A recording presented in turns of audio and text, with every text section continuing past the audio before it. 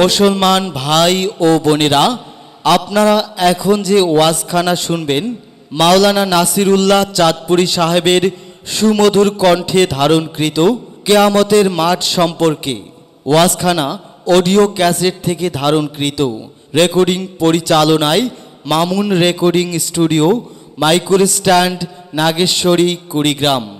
আপনাদের যে কোনো প্রচার বিজ্ঞাপন রেকর্ডিং করতে যোগাযোগ করুন Mamun recording studio. Mamun recording studio. প্রয়োজনে মোবাইল 01717308998।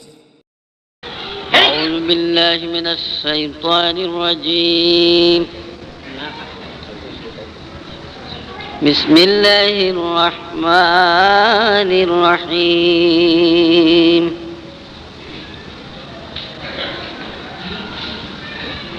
ألم تر كيف فعل ربك بأصحاب الفيل ألم يجعل كيدهم في تضليل وأرسل عليهم طيرا أبابيل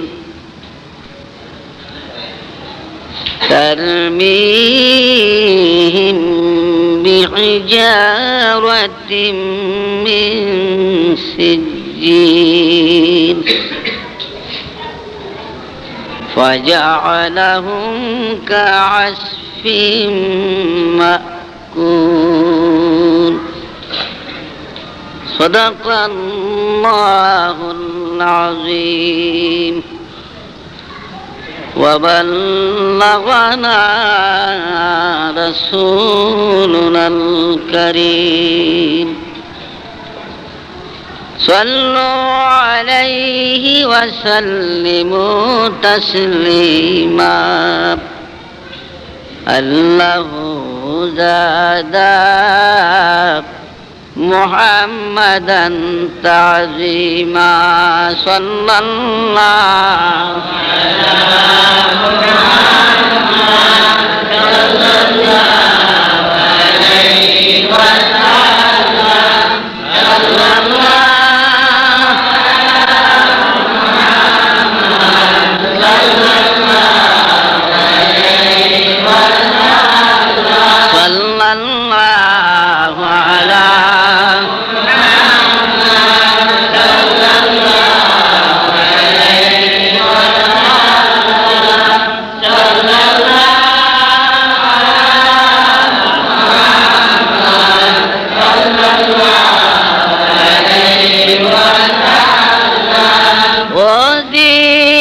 जिसने आदा को इख्वान बनाया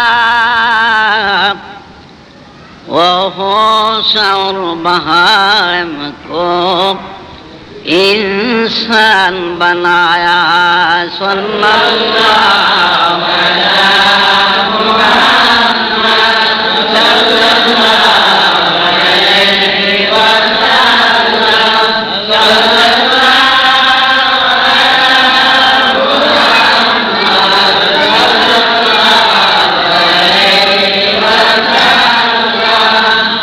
दरंदों को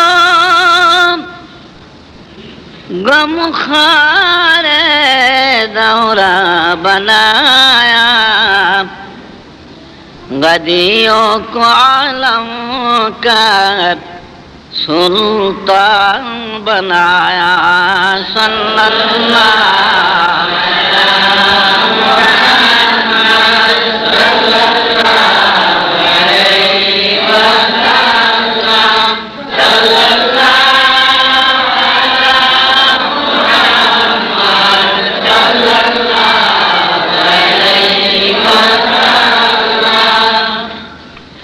जिनको आने की खबर हजरत ईसा ने दी, वो नबी बाइज्जत शान पैदा हुए सल्लल्लाहु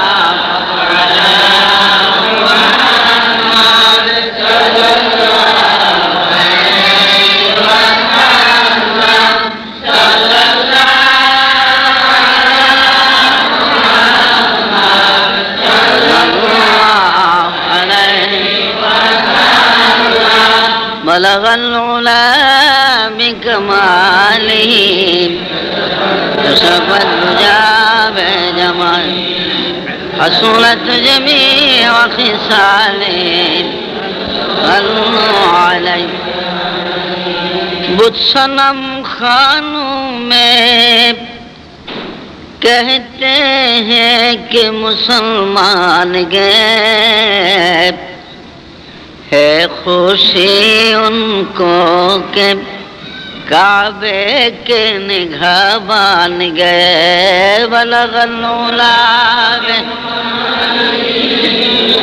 सबद जाब जमाली खिसाले मंजिल दहर से ओटों का हुदी खान गए और अपनी बगलों में दबाए हुए कुरान गए बलगल उला सबद जाब जमाले में और खिसाले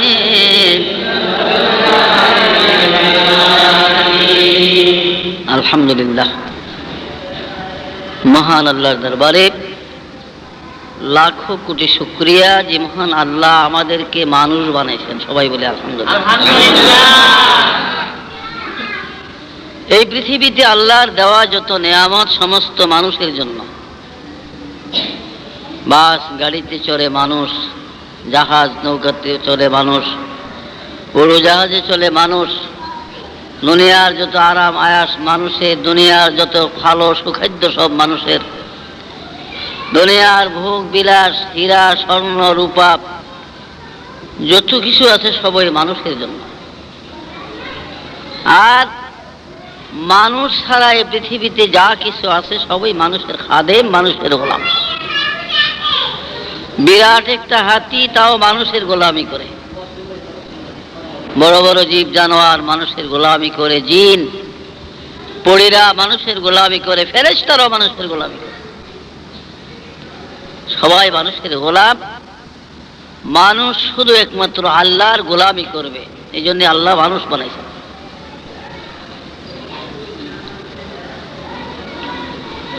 তো যাই হোক আজকে পবিত্র শবে বরাতের রাত্র শবে বরাতের রাত্রটারে আমাকে বাংলাদেশ সরকার আউলিয়া ফেলেছে তার কারণ ফাউন্ডেশনের যে কর্মকর্তা আছে ধর্মমন্ত্রী আসলে তো দিক ফাঁস নাই তার কারণ আল্লাহ রাসূলের সাথে সামঞ্জস্য না থাকার কারণে এই বিভ্রান্তি মানুষের ভিতরে ঘোষণা দিল 5 তারিখ শনিবার শবে বরাত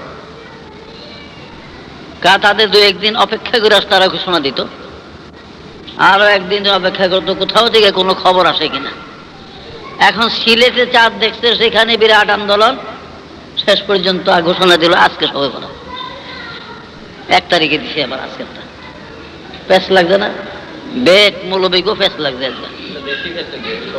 আমি আগামী দিন 5 তারিখ ডায়েরি কোন জায়গা চাই আপনাকে তারিখ দিই আজকে মিরপুর 1 নম্বরে শিশুপার্কে 2 দিন সম্মেলনের আজকে 6 দিন আমার যেমন খারাপ আমাকে রাজহ সেমন আল্লাহ বলেন মানুষ যখন অন্যায়কারী হয় তখন আমি জালেম বাদশাহ তাদের উপরে নিযুক্ত করে দিই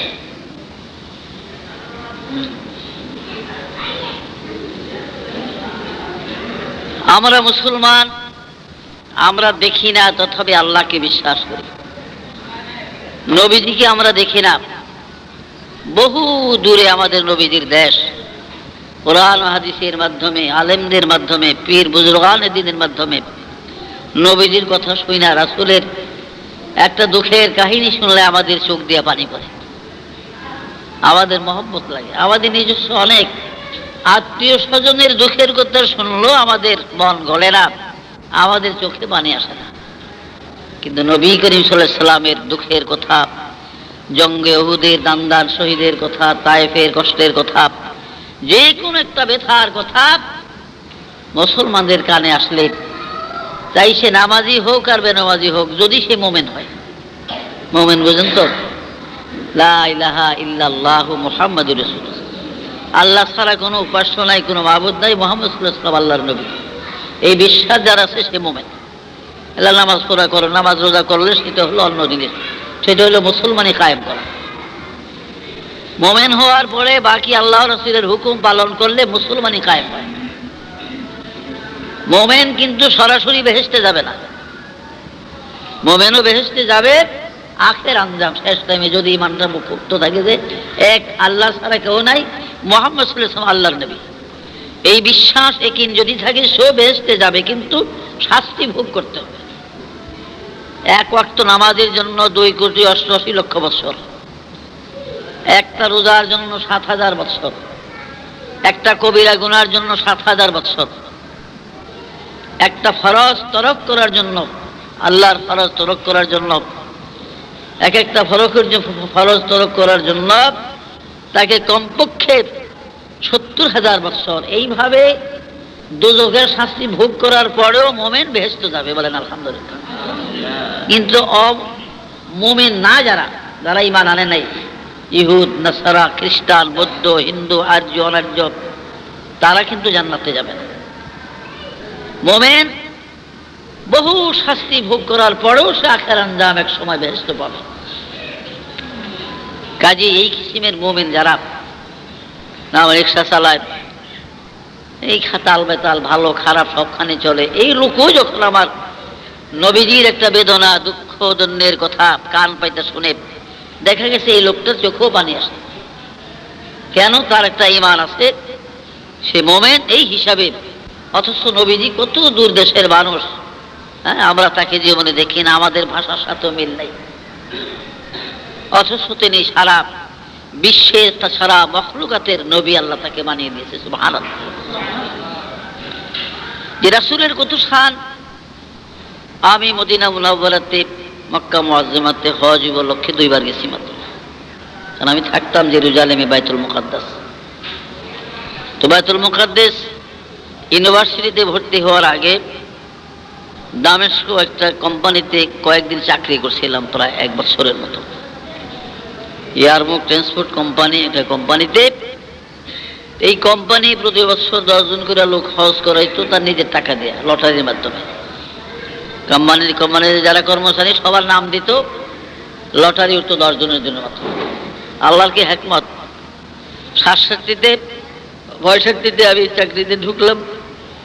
ওই বছরই আমি চাকরি দিয়েছি মাস 3 বেশি, মাত্র 3 মাস। 3 মাস পরে হজের সিজন আসলো, নাম দিলাম, আল্লাহর মেহরবানি লটারিতে উঠে বসে কোম্পানির পয়সা দিয়ে হজে গেলাম।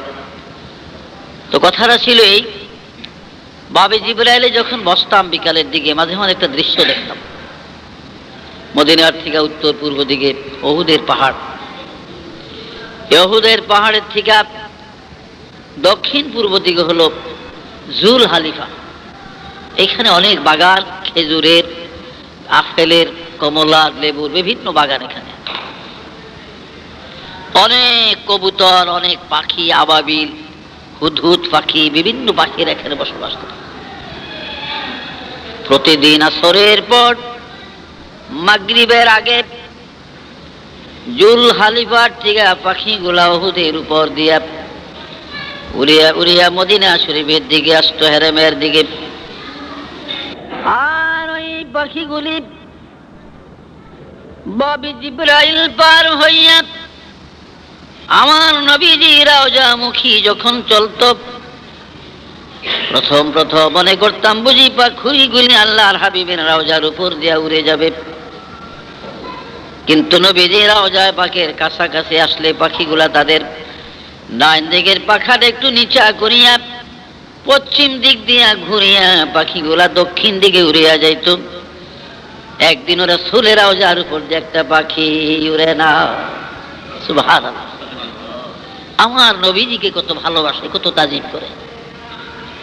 তো সেই নবীজির উম্মত আমি আপনি আজকে সেই রাসূলকে ভুলে গেছি, নবীর তরিকা ভুলে গেছি। আমরা সবে বরাতের রাত্র বুম ফুটায়, ফটকা মারে, ওই তো এখনো দেখা যায় ফেরহামানে মারে। বাইতুল মুকাদ্দাস সবে বরাতে, সবে কদরে ছোট্ট ছোট্ট বাচ্চারা দেখছি আতর কিনে, খালি আতর। ওরা পয়সা পেলে কি আতর কিনবো, পয়সা পাইলেই ওরা আতর কিনবো।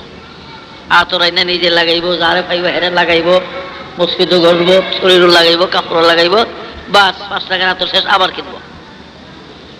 আর আমাকে ওই বাংলাদেশের পোলাও আইনে পয়সা পাইলে খালি বোম কিনে, বোম কিনে মানুষের নাক মুখ বেড়ে মারে, কাপড় চোপড় বেড়া, শরীর মারে। বাপ মা কোনো বাধা বিঘ্ন দেয় না, করে তো বেশিরভাগ বড় লোকের বলা পায়। গরিব বেশি কিছু কখনো পারে না, করলে তো মহল্লা ছাইরা যাওয়া লাগে। আল্লাহ মাফ করুক ভাইরা আমার, আমরা অস্থায়ী জগতের বাসিন্দা। গোরস্থান যেখানে যেখানে আছে, এখানেও গোরস্থান আছে। প্রত্যেকটা গোরস্থানের কাছে গেলে দেখবেন কত মানুষ, কত কবর। এই লোকগুলি আমাদের মতো এরকম মসজিদে নামাজ পড়তো, আমাদের মতো বাস গাড়িতে চলতো, ব্যবসা বাণিজ্য করতো, কাজকর্ম করতো। একদিন এই দেশে তারা বিচরণ করত। আজকে এই মানুষগুলি কবরে এতিমের মতো পড়ে আছে। जिनकी महलों में हजारों रंग की फानूस थी,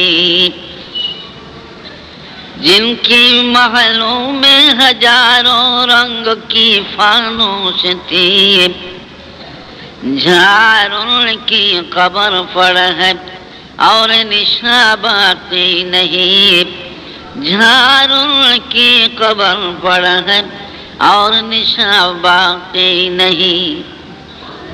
কত রাজা, কত বাদশা, কত শাহান শামির উমারা এই পৃথিবীর জমিনে ছিল, যাদের ঘর বাড়িগুলা কত সুন্দর ছিল, যাদের বিল্ডিং ইমারত গুলা কত মজবুত ছিল, যাদের ধমকে জমিন থর থর করে কাঁপত।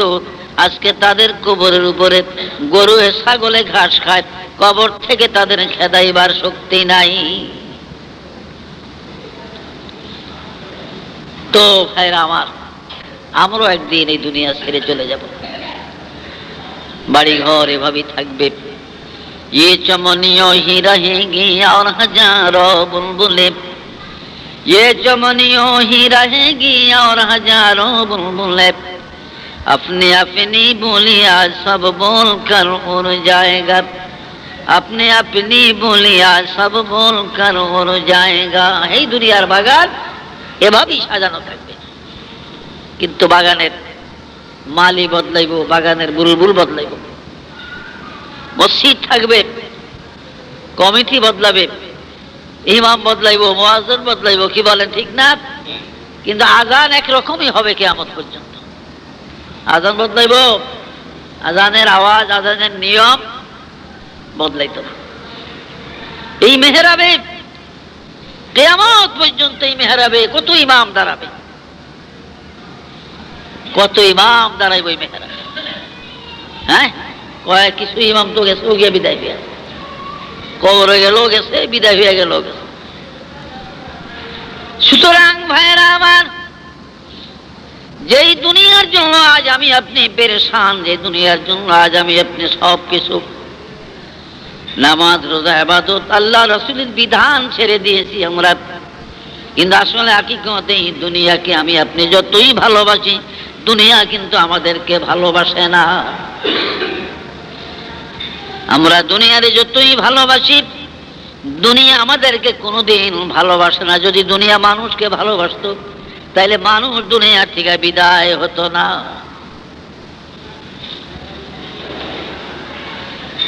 ভাইরা আমার, নূহ নবী 1400 বছর হায়াত পেয়েছেন তিনি, আজকে 6500 বছর কবরে। আদম নবী 1000 বছর হায়াত পেয়েছেন, আজ 8500 বছর তিনি কবরে। সুতরাং এই কবরে আমার আপনার সবার যেতে হবে। আলী রাদিয়াল্লাহু আনহু বলেন, ইযা হামালতা ইলাল কুবুরি জানাজাতান ফা'লাম বিআন্নাকা বা'দাহা মাহমুলু ফা'লাম বিআন্নাকা বা'দাহা মাহমুলু। ও দুনিয়ার মানুষ, তোমাদের ভাই বেরাদর মারা গেলে, তোমাদের বন্ধু বান্ধব মরলে, মা বাপ মরে গেলে, ছেলে সন্তান মরলে, তাদের জানাজার লাশগুলা যখন তোমরা কাঁধে করিয়া গোরস্থানের দিকে নিয়ে যাও, ফা'লাম বিআন্নাকা বা'দাহা মাহমুল। আল্লাহর বান্দারে, এই কথাটি তুমি স্মরণ রাখিও, এই কথা তুমি মনে করিও। আজকে যেমন তোমার বন্ধুর লাশ, তোমার ছেলে মেয়ে আত্মীয় স্বজনের লাশগুলা কাঁধে করে তুমি কবরের দিকে নিয়ে যাও রে, কালকে তুমি মরে গেলে এমনি ভাবে তোমার আত্মীয় স্বজন বন্ধুরা তোমার জানাজার লাশ কাঁধে করে তারা কবরের পার পর্যন্ত পৌঁছাইয়া দিবে। তোমার লাশ ওইভাবে কবরের পার পর্যন্ত বসিয়ে দিবে। এই জন্য আলী কারামুল্লাহ ওয়াজহু বলেন, লা'মরুকা মাদ-দুনিয়া বিদারি বাকাই কাফাকা বিদারিল মাউতি দারা ফানাই। এখানে লামকে লামে কসমিয়া বলা হয়, ওলাকে ওলামায়ে কেরামরা বুঝবেন কসমের জন্য এই লামটা আনা হয়েছে এখানে। হযরত আলী বলেন, লা'মরুকা মাদ-দুনিয়া বিদারি বাকাই কাফাকা বিদারিল মাউতি দারা ফানাই। ও দুনিয়ার মানুষ, আমি আলী আমার হায়াতের কসম করে বলি রে মানুষ, আবার জীবনের কসম করে বলে, এই দুনিয়াটা একমাত্র কান্দনের জায়গা। এই দুনিয়া কি? কান্দনের জায়গা। এটা রং তামাশার জায়গা না। जगह जी लगाने के लिए ये दुनिया नहीं है, जगह जी लगाने के लिए ये दुनिया नहीं है, ये इबरत की जा है तमाशा नहीं है। এই দুনিয়া থাকার জায়গাটা। ও মানুষ, তোমরা দুনিয়াকে ভালোবাসো না, কারণ তুমি দুনিয়ারে যতই ভালোবাসো, দুনিয়া কোনোদিন তোমাকে ভালোবাসে না। দুনিয়া কিন্তু আমাকে আপনাকে ভালোবাসে। জালে দুনিয়া, মৌলানা জালালউদ্দিন রুমি বলেন, জালে দুনিয়া क्यों अरूसा रस्ते आज, जाले दुनिया क्यों अरूसा रस्ते आज, दर्द रोजे शोए दीगर खस्ते आज, दर्द रोजे शोए दीगर खस्ते आज। রে পৃথিবীর মানুষেরা, দুনিয়াকে কেন এত ভালোবাসো? দুনিয়া তো নববধূর মতো, নতুন দুলহানের মতো দুনিয়া, নববধূর মতো হলে এই দুনিয়া। নববধূ যেমন বিবাহের প্রথম রাত্রি দ্বীপ, স্বামীর সাথে অনেক অঙ্গীকার, অনেক কথাবার্তা হয়। এই বিবাহের প্রথম রাত্রে অনেক অঙ্গীকার বাসর গড়ে। স্ত্রী বলে, স্বামী গো, ও স্বামী, বিবাহের বাসর গড়ো, যদি তুমি মরে যাও আমি আর কোনোদিন অন্য স্বামীর ঘরে যাব না। স্বামী বলে, বিবি, এই বিবাহের প্রথম রাত্রে যদি তুমি মরে যাও গো, আমিও কোনোদিন অন্য বিবি ঘরে আনবো না। এত অঙ্গীকারের পরও দেখা যায় ৫-৭টা সন্তানের মা হওয়ার পরও অমিয়া স্বামীরে ঘুমে রেখিয়া অন্য মানুষের সঙ্গে চলে যায়। টার্মিনালে বসে বসে স্বামী কান্দে, কি ও বলে, এই 2টা বাচ্চা তুই হাই জানি কই গেছে, জানি জানি কোথায় চলে গেছে। হয় না এরকম ঘটনা? পত্রিকায় দেখেন না? আবার স্ত্রী আছে, হ্যাঁ, অনেকগুলো সন্তান, মেয়ে বিয়া দিছে, ছেলে বিয়া করেছে, স্বামীর আবার ঝোঁ করছে বিয়া করে আমাদের। কাজী কোনো অঙ্গীকার থাকে না। এই জন্য মৌলানা রুমি বলেন, জালে দুনিয়া চো আরুসা রাস্তে আজ, জালে দুনিয়া চো আরুসা রাস্তে আজ, দর্দ রোজে শোয়ে দিগার খাস্তে আজ। দুনিয়াটা নববধূর মতো, নতুন দুলহানের মতন, কাজে তুমি দুনিয়ারে যতই ভালোবাসো, দুনিয়া কোনোদিন তোমারে ভালোবাসে না। দুনিয়া বলেন রে সলিমদ্দি কলিমদ্দি, তোরে কত ভালোবাসবো, তোর চেয়ে কত ভালো ভালো মানুষ আমি বিদায় করে দিছি, কত রাজা বিদায় করেছি, কত বাদশা বিদায় করে। বগুড়া গেলে আমি তো প্রায় যাই, বছর 15-16 বার গেলাম। বগুড়া ক্যান্টনমেন্ট পার হইয়া আমি বগুড়া চৌরাস্তার ভিতরে যখন দিনাজপুর রোড ধরলে, ডাইন পাশে কয়েকটা আম গাছের ফাঁকের ভিতরে একটা একতলা বিল্ডিং আছে পূর্ব পাশে, সামনে বগুড়ার মোহাম্মদ আলীর কবর। ওই যে পাকিস্তান আমলে প্রাইম মিনিস্টার ছিল মোহাম্মদ আলীর কবর। কয়েকদিন আগে দেখলাম কবরটা তো আগে একটু সুনামুনা ছিল, তাও নাই, হাওলা মাওলা ভরে গেছে। বগুড়ার মোহাম্মদ আলীর কবর, এদিক দিয়ে আবার মার্কেট করতে আছে, মার্কেট করতে আছে। এখন আরো আওলার ভিতরে ভরে দেখি একটা প্রধানমন্ত্রী ছিল পাকিস্তান আমলের, হ্যাঁ, বগুড়ার মোহাম্মদ আলী কইতো মোহাম্মদ আলীর খবর। তো বাবারা এরকমই তো, কোথায় কে বলে থাকবো কোনো খবর নাই। কিন্তু আজ আমি আপনি দুনিয়ার জন্য পেরেশান, দুনিয়ার জন্য পাগল। দুনিয়াদারি করতে মানা নাই, কিন্তু আখেরাতকে ভুলিয়া না, আখেরাতকে ভুলিয়া নয়, পরকালকে আমাদের সামনে রাখতে হবে। দুরূদ শরীফ পড়েন আল্লাহুম্মা, এটা বড় ডিস্টার্ব করে আমার, এটার লেগে এদিকে মার যায়।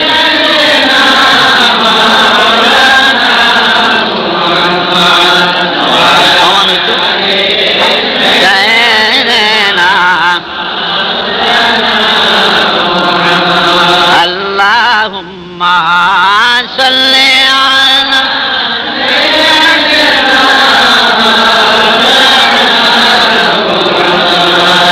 ওয়ালা আলা সাইয়্যিদিনা।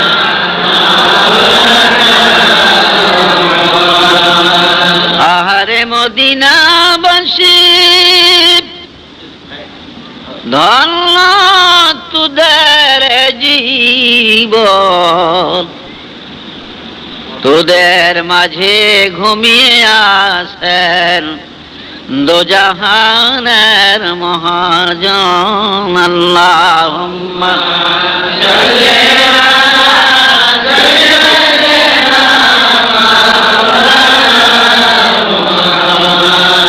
মৃত্যুর হাত থেকে বাঁচবার কোনো পথ নাই, কোনো রাস্তা নেই, মরতেই হবে, ইচ্ছা থাকুক আর না থাকুক।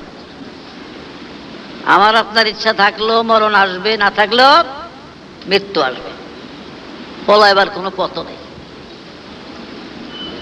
আমার আল্লাহ পাক বলেন বিসমিল্লাহির রহমানির রহিম, আইনামা তাকুনু ইউদরিকুমুল মাউত ওয়ালাউ কুনতুম ফি বুরুজিম মুশাইয়াদা।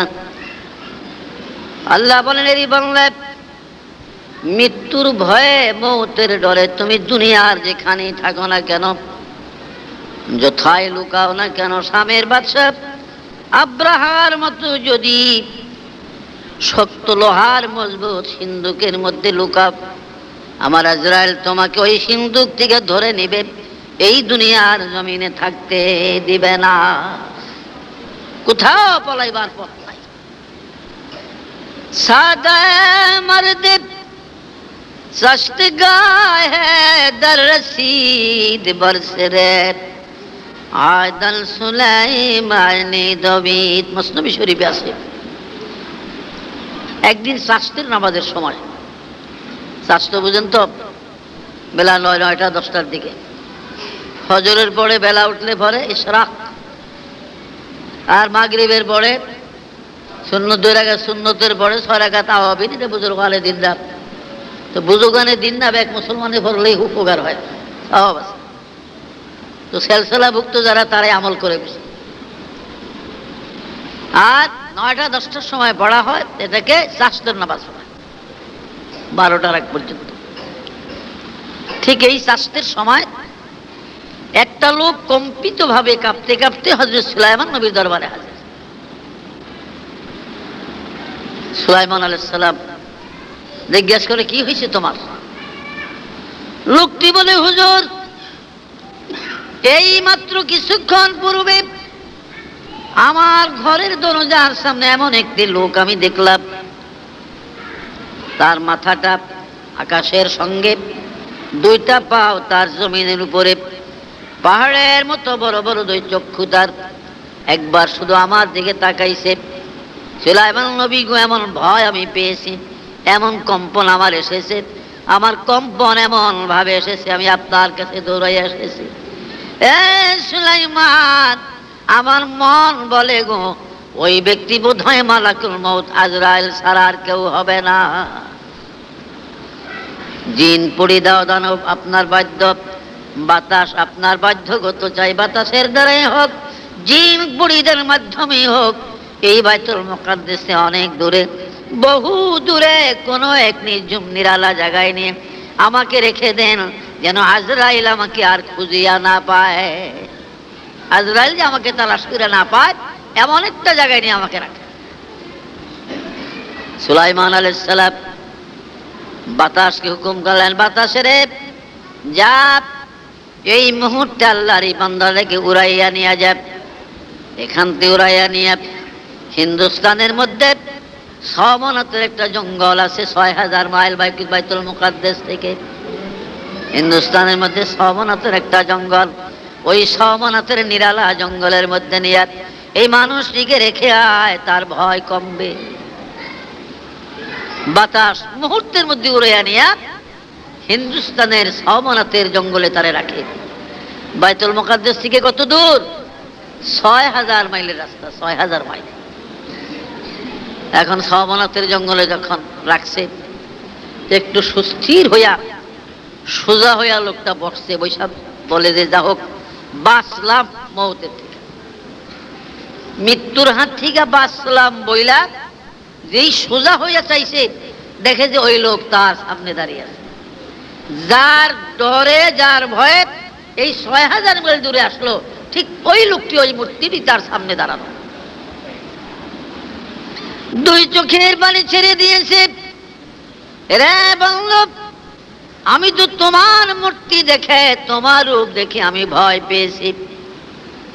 সুলাইমান নবীর মাধ্যমে বাতাস আমাকে এই ৬,০০০ মাইল দূরে সমনাথের জঙ্গলে দিয়া গেছে এই মাত্র। এইখানে তুমি আসলা কেমন করে? তাইলে কি তুমি মালাকুল মউত? বলে হ্যাঁ, আমি মালাকুল মউত। আল্লাহ রাব্বুল আলামিন হুকুম করেছেন এই মুহূর্তে এখনই সমনাথের জঙ্গলের মধ্যে তোমার জান কবজ করার জন্য, কিন্তু তুমি তো ছিলা বাইতুল মুকাদ্দাস। আমি বললাম, আল্লাহ গো, তোমার বান্দা তো বাইতুল মুকাদ্দাস, আমি সমনাথের জঙ্গলে কেমন করে জান কবজ করি? আল্লাহ আদেশ করলেন, যাও তার ঘরের সামনে একটু দাঁড়াও, তার সামনে আমি তার এখানে আসার ব্যবস্থা করে দেব। আমি তোমার ঘরের সামনে যখন তোমার সামনে দাঁড়াইলাম, আমার মূর্তি দেখে ভয় পেয়ে তুমি সুলাইমান নবীর কাছে গেলে, আর বাতাস তোমাকে এখানে দেয়া গেল, তোমার জান কবজের জায়গায় হলো এটা। এখানেই তোমার রূহ কবজ হবে, এখানেই তোমার মৃত্যু। এরে আল্লাহর বান্দা, সোজা হয়ে যাও, রেডি হয়ে যাও, এখনই তোমার জান কবজ হবে। লোকটি চোখের পানি ছেড়ে দিয়ে কানলে, আজরাইল, আগে যদি জানতাম এত দূর আসলো তুমি আমার খোঁজ পাবে, তাহলে বাইতুল মুকাদ্দাস ছেড়ে কোনোদিন আসতাম না। আজরাইল, এইখানে যদি আমি মরি, আমার জান কবজ হয়, আমার আত্মীয় স্বজনরা কেউ জানলো না, আমার ছেলে মেয়েরা জানলো না, আমার পরিবার বর্গ কেউ জানলো না, দেখলো না। কে আমারে গোসল দিবে, কে কাফন পড়াবে, কে আমার জানাজা দিবে, কে আমাকে দাফন করবে, মাটি কে দিবে আমার, আমি কিভাবে মরব? এবার আজরাইল ধমক দেয়া বলে, রে জানাজা কাফন মাটি নাহি রে তোর নসিবে। ওরে জানাজা কাফন মাটি নাহি রে তোর নসিবে, তোর লাশ খাবে রে শ্রীগালার কুকুরে। কাফন জানাজা মাটি আল্লাহ পাক তোর ভাগ্যে লেখা নাই, তোর কপালে লেখা নেই। আল্লাহর বাংলা, তোর লাশ শ্রীগাল কুকুরে টেনে টেনে খাবে। কাজে রেডি হয়ে যা, এখানে তোর জান কবজ হবে। আজরাইল আলাইহিস সালাম রূহ কবজ করিয়া নিয়ে গেল, খালি খাসাটা তার হিন্দুস্তানের সমনাথের জঙ্গলের মধ্যে পড়ে থাকে। এই জন্য আমার আল্লাহ কোরআনে পাকের 22 পারাতে বলেছেন, বিসমিল্লাহির রহমানির রহিম, ওয়ামা তাদরি নাফসুন মাযা তাকসিবু গাদা ওয়ামা তাদরি নাফসুন বিআইয়ি আরদিন তামুত ইন্নাল্লাহা আলিমুন খাবীর। পৃথিবীর কোনো মানুষ, কোনো প্রাণী কেউ জানে না কোন জায়গায় কখন কোথায় তার মৃত্যু হবে, কোন জায়গাতে তার মৃত্যু হবে, কোন জায়গায় কোন দিন কার ঘরে কি খাবে, তার খাদ্য সম্বন্ধেও জানা নাই, মৌত সম্বন্ধ কারো জানা নাই। জানা আছে কে কোথায় পড়ে।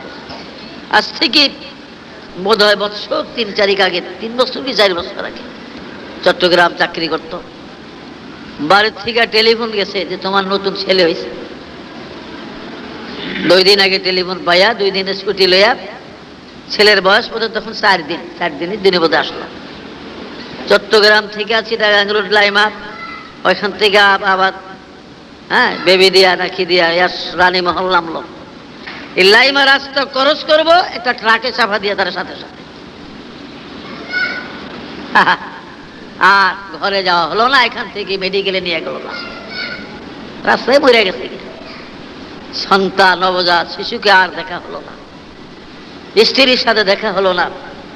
পরে অনেক খোঁজাখুঁজি, তার ঠিকানা অনুযায়ী পরে জানলো যে সে মেডিকেলে যায়, তার লাশ আছে। এই তো মানুষের জীবন, কোন জায়গায় কখন মৃত্যু আসবে আমাদের জানা নাই। কি বলেন, জানা আছে? এই জন্য হামেশা মুলকে আদম কে লিয়ে বনে রহো সফরে, उधर से पैके का जाए जब लेने आए चलो, उधर से पैके का जाए जब लेने आए चलो। মানুষ কখন মৃত্যু আসবে যখন তোমার জানা নাই, তখন সব সময় তুমি মৌতের জন্য প্রস্তুত থাকিও, সব সময় রেডি থাকিও। যখন আজরাইল আসে, যখন মালাকুল মউত আসে, তখনই জানো এই জবানে জারি হয় লা ইলাহা ইল্লাল্লাহু মুহাম্মাদুর রাসূলুল্লাহ সাল্লাল্লাহু আলাইহি ওয়াসাল্লাম। আর মউত বড় কষ্ট। আমার আপনার নবীজি তিনি ইন্তেকাল হয়েছে না, কি বলেন? মুহাম্মদুর রাসূলুল্লাহ সাল্লাল্লাহু আলাইহি ওয়াসাল্লামের চেয়ে আল্লাহর কাছে সম্মানিত আর কেউ ছিল? 2,24,000 পয়গম্বরের মধ্যে পৃথিবীর আউলিয়া দরবেশ, রাজা, বাদশাহ, হাজী গাজী, আমার নবীজির থেকে সম্মানের কেউ ছিল? কেমন সম্মানের?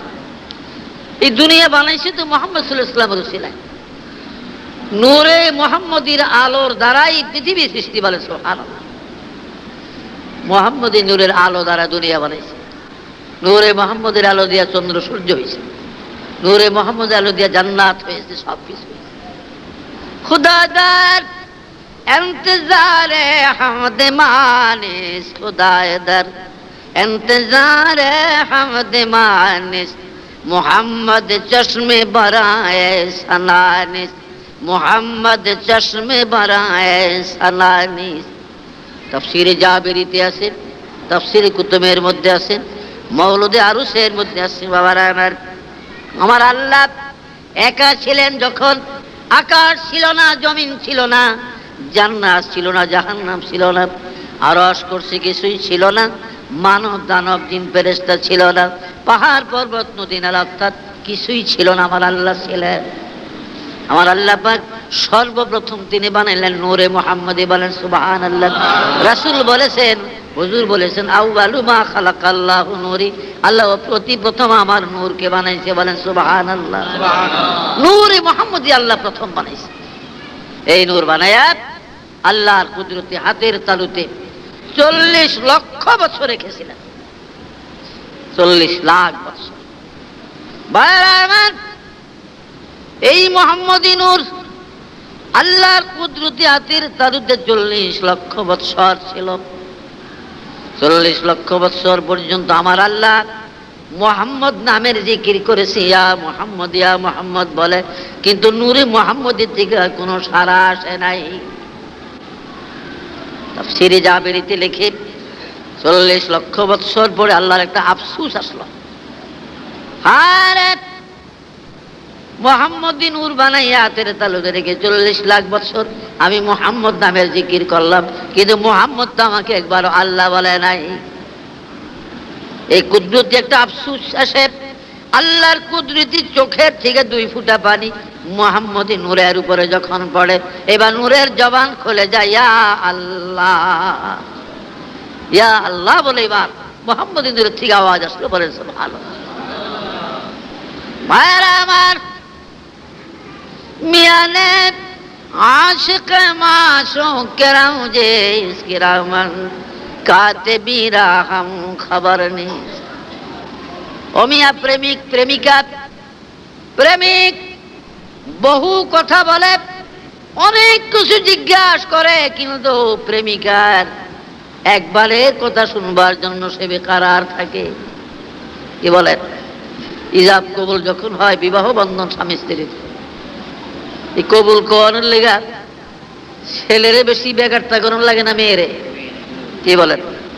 কও মা কও, চাষাই কও মা কও, দেরি করে না ব্যাগ বসে নিস, মামা শ্বশুর আইয়ে বাপে আইয়ে, মা গো তুই খাইছো দেখে দেরি হয়ে যেতে আসি, এতক্ষণ কি ফুলারে লাগে বেসার কেউ?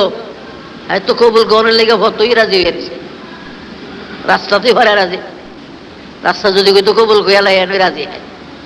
মায়ারে কইতে কত কষ্ট, কারণ এটা মাসুক তো, বলে সুবহানাল্লাহ, কইতে বড় কষ্ট। এর ফলে শুনছে তো ভালো করে বুঝতো, আবার আবার কইতে কইতে হ্যাঁ দাও লাগবো, নাইলে কইতো না। কি কর রে, একটা 500 টাকা নোট আতো দে, কিরে হওয়া তো কেন আরো 500 দে, আর তাড়াতাড়ি দিয়ে রাত্র হয়ে দেখতে আছে, রাস্তা হাইজাকে ধরবো গাড়ি সহ। সুবহানাল্লাহ, বলে সুবহানাল্লাহ। তো আমার আল্লাহ ছিলেন এইখানে আশেক, আর মুহাম্মদ সাল্লাল্লাহু আলাইহি ওয়াসাল্লাম ছিলেন মাসুক, বলে সুবহানাল্লাহ। মুহাম্মদ ছিলেন মাসুক, নূরে মুহাম্মদী মাসুক, আর আল্লাহ হলেন আশেক। মাসুকের দাম বেশি না আশেকের দাম বেশি? আশেক আগে পাগল হয় মাসুকের জন্য, মাসুক হয়তো জানেও না। কি বলেন, ঠিক না? মাসুক জানেও না, প্রেমিকা জানেও না যে হ্যাঁ আমার পিছে পিছে ঘুরতে আছে, জানেও না। এই জন্য খুদাদার इंतजारे हमद मानिस मोहम्मद चश्मे बनाए सनानिस खुदा मद है आफरी मुस्तफा बस मोहम्मद हामिद हमदे खुदा बस। अल्लाह रब्बुल आलमीन, আমার আল্লাহ রব্বুল আলামিন আফসোস করলেন, হায় রে 40 লাখ বছর আমি মোহাম্মদ নামের জিকির করলাম, মোহাম্মদ তো একবার আমাকে আল্লাহ বলে নাই, মোহাম্মদ তো আমাকে আল্লাহ একবারও বলল না। ভাইরা আমার, আল্লাহর কুদরতি 2 ফোঁটা চোখের পানি নূরে মুহাম্মদের উপরে যখন পড়ে, এবার নূরে মুহাম্মদের দিকে আওয়াজ আসলো, ইয়া আল্লাহ, ইয়া আল্লাহ, ইয়া আল্লাহ শুরু হয়ে গেছে। তাই আমার আল্লাহ বলেন, खुदा उम्मद है आफरी मुस्तफा बास मोहम्मद हामिद हमदे खुदा बस। ও পৃথিবীর মানুষেরা, তোমরা দুনিয়ার কেউ যদি আমি আল্লাহকে আল্লাহ বলে না ডাকো, আমার কিছু আসবে যাবে না, কারণ আমি আল্লাহকে ডাকার জন্য আমার মুহাম্মদ যথেষ্ট, বলেন সুবহানাল্লাহ। আর আমার বন্ধুর উপরে মুহাম্মদ সাল্লাল্লাহু আলাইহি ওয়াসাল্লামের উপরে যদি দুনিয়ার কেউ দুরূদ সালাম না পড়ো, আমার রাসূলকে কেউ রাসূল বলে না ডাকো, তাহলে আমার বন্ধুর আমার রাসূলের কিছুই আসবে যাবে না, কারণ আমি আল্লাহ নিজে আমার হাবিবকে সব সময় ডাকি। আমি ডাকি, তোমরা ডাকো না ডাকো, তাতে কিছু আসবে যাবে না, যেহেতু আমি নিজেই আমার রাসূলকে ডাকার জন্য, হাবিবকে ডাকার জন্য যথেষ্ট, বলেন সুবহানাল্লাহ। ভাইরা আমার, বন্ধুরা আমার, কাজী আমার সেই নবী মুহাম্মদুর রাসূলুল্লাহ সাল্লাল্লাহু আলাইহি সাল্লাম কেমন নবী ছিলেন তিনি? হযরত ইউসুফ আলাইহিস সালাম বহু সুন্দর ছিলেন তিনি, মানুষের মধ্যে, নবীদের মধ্যে। লা ইলাহা ইল্লাল্লাহ, লা ইলাহা ইল্লাল্লাহ, লা ইলাহা ইল্লাল্লাহ, লা ইলাহা ইল্লাল্লাহ, লা ইলাহা ইল্লাল্লাহু মুহাম্মাদুর রাসূলুল্লাহ সাল্লাল্লাহু আলাইহি ওয়াসাল্লাম। মেরাজের রাত্রে দেখেন নবীজির সাল কত। মেরাজের রাত্রে হুজুর সাল্লাল্লাহু আলাইহি ওয়াসাল্লাম তার ফুফি আম্মা উম্মে হানির ঘরে ঘুমিয়েছিলেন। জিবরাইলকে আদেশ হলো, যাও বোরাক নিয়ে আমার হাবিবকে আনার জন্য যাও, আজকে আমি আকাশের ওয়াদা পূরণ করব। জিবরাইল গেলেন বোরাক নিয়ে। নবীজি ঘুমায় রয়েছে। জিবরাইলকে আল্লাহ রাসূল তো ঘুমে, আমি জাগাই কেমনে? মোহাম্মদ বলে যদি নাম ধরে ডাকি তো বেয়াদবি হবে, গায়ে হাত দিল বেয়াদবি হবে, জাগামু কিভাবে? এদিকে জিবরাইলের এই মুখমণ্ডল, এই চেহারাটা আল্লাহ পাক কাফুর দ্বারা তৈরি করেছেন। কাফুর কাফুর কাফুর বুঝেন তো? কর্পূর কয় অনেকে, আসলে তার সহি ভাষা হলো কোরআনের ভাষায় কাফুর। আল্লাহ সমস্ত শরীর বানাইলেন নূরের, আমার ৬০০ পাখা নূরের তৈরি, পরগুলা নূরের, কিন্তু আমার মুখমণ্ডল কেন কাফুর দ্বারা বানাইছেন? আল্লাহ বলেন, জিবরিল রে, আমি আল্লাহ কোনোদিন বিনা কারণে কিছু বানাই না, বিনা প্রয়োজনে কিছু বানাই না, যেটা দরকার হবে না, কাজে লাগবে না, এমন জিনিস আমি বানাই না। আপনারা বলবেন তাইলে মশা মাছি, এই সারহুকা উলুস এগুলি কি কামো লাগে? ট্রেনের ভিতরে লঞ্চের ভিতরে উঠলে সার ফুয়ার কামড়ে মিয়া ঘুমাম বসন না, কি কন? ট্রেনের মধ্যে আর লঞ্চের মধ্যে বেশি থাকে, এইটাও কিন্তু কাজে লাগে। এই ট্রেন লঞ্চ জাহাজে যদি সার পোকা না থাকতো, উলুস না থাকতো, তাহলে টাকা পয়সা লইয়া মহাজনরা বাড়ি যেতে পারত না, সবই চোর ডাকাইতে লইয়া যেত। রাত বইরা উলুসে সার পোকা কামড়াইয়া হজাক রাখে। সদরঘাট আজ থেকে ৭-৮ বছর আগের ঘটনা। একটা ছেলে অল্প বয়সের, সার পোকা মালুন না মেশিন আছে আমার কাছে, 1 টাকা করে আপনারা টাকা হাতে লন, একটা ড্রাইভার থেকে হাতে দেব, সার পোকা মারো না। আমি স্যার হয়েছি, আমি আর কিনি না, কারণ আমি আরো অনেকদিন তো ঢাকা আসা যাওয়া করি। বোগদা দিয়া লঞ্চের ভিতরে সকাল 8:30 9:30 সদরঘাট, অনেকজনই প্রায় 25-30 জনে কিনছি 1 টাকা করে। সিপিআর কিরকম কয় আপনারা হাতে রাখেন, আমি দেখে দরজা দিয়েছি অনেক, এই লঞ্চ সারানোর 2-1 মিনিট আছে। একবারে গেছি দরজা গিয়া আমি দেখিয়া দিই কেমনি মারবেন, কলয় শালা ওই সার পোকাটারে ধরে আনবেন তো, ওটারে ধরে চিবাটার মধ্যে একটা টিপ দিবেন, শালা মরিয়া যাবো, গেলাই মেঘা লই গেল। আচ্ছা মাসে যদি সার পোকা ধরতেই পারে তো ওরে একটা সিভি কিনন লাগে নি স্যার, কত বড় সালাক দেয়। এরকম সিমটির মধ্যে একটা সিভি কাঠের একটা ইয়া আছে ভিতরে, মানে এটার ভিতরে দিয়া সার পোকা ধরে হেন দিয়া তুই টিপ দিবেন, মরিয়া যাবো। এই বুদ্ধি দিয়ে গেল গিয়া 1 টাকা করে লয়। বেড়ালে এটা করলো কি? আর এটা দরটা আমি যদি ভারি, তুই এটা মারতে কোনো অসুবিধা আছে? ফাও দিয়ে ডলা দিল তো মরবো। সার পোকার মেশিন বের করছে তো ভাইরা আমার, সার পোকা তো কামো লাগে, কি বলে, রাত বউরা কামড়ায় সজাগ রায়। মশা, নতুন বউ গলায় সোনার হার ঘুমায় রয়েছে, সোরা শিন কেটে ঘরে ঢুকছে, বউর সোনার হার নিয়ে যাবো খুইলা, ঘুমের মধ্যে বউ ওই সোরা হাত বাড়াইছে, হাত সোরা নিব সিরা, এদিকে বউর গালের মধ্যে দিছে মশায় কামড়। ওই ঘুমের তালে নিজের গালে নিজে মশারে দিছে, থাবর থাবর গিয়ে মিস্টার সোরার গালের মধ্যে লাগে। আর সোরাই যে দৌড়ো সর্বনাশ, কেম্বেরে দেখলো এই অন্ধকারের মধ্যে বউ আমার, বউ কোনো আরো দেখছে মশা মারছে, হয় মশা নিজের গালে থাবর দিতে মশা। তাহলে মশাটাও দরকারি না?